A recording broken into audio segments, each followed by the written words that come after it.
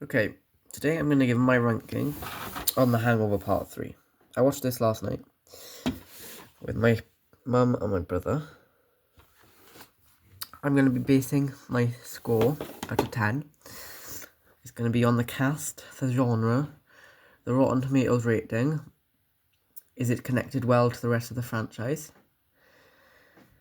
the director, and the storyline.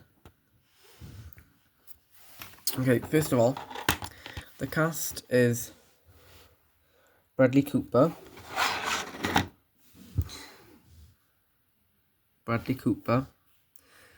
Ed Helms, and Zach Galifianakis, something like that. The director is Todd Phillips, and the genre is comedy.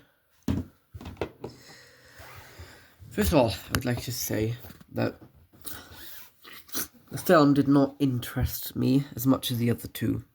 I feel like the acting definitely took a stoop type thing, and apparently other people thought it too, because the Rotten Tomato rating was only 21% positive. It's connected through the franchises, so it's connected to 1 and 2 through the one person, Chang, in the film. I can't remember his actual name, but I'll have to have a look on the back in a bit. It's connected through him.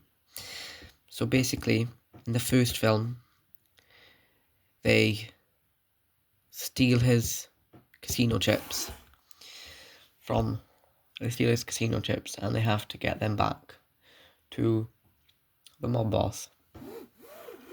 And if you haven't seen the first or the second one, I would definitely recommend it before you watch the third. And Chang is found, and then they obviously got roofied by this guy here. Can't remember his name in it. So they get roofied by him because he thought it was another type of, they get roofied. Then they all forget what happened. And they find Chang in the boot of their car while searching for Doug, who is in the first thing, the person that goes missing. And he's also in the third. So this is a spoiler alert before you watch this. Okay? So it's connected through Chang, because Chang is in all 3 of these. He's in the first one as kind of like a mob boss, I think. And then in the second one, when they're in Bangkok, they obviously Chang is wanted by, I think, the FBI or ICE or something like that. I don't think it's ICE, I think it's FBI he's wanted by. And so they set up a sting to catch him, but obviously they get roofied again by him. Again, he's always up to no trouble. And so in this film, in the film, he obviously gets, and they think he dies in the second film, so they put him in a cooler to hide his body, because they're looking for his wife's, or fiance in the second film, fiance's younger brother, and they find him. His name's Teddy at the end. His name's Teddy. Sorry. So they find him, and then they find out Chang's still alive. And then Chang's in this, in the continuance, Chang is in prison. So in the continuance, Chang is in prison, and he escapes through through a tunnel behind a poster, and then he hides in Mexico. And Chang, before any of these films, stole gold from a mob boss. So he stole gold from a mob boss before this, and he blew it all partying, so he wants the other half. So he tricks these 3 to break into the mob boss's house to steal the other half, and then Obviously, the mob boss has Doug as leverage. So, back to the storyline. The storyline is quite clear how it's connected, but there are some gaps to where it's connected from.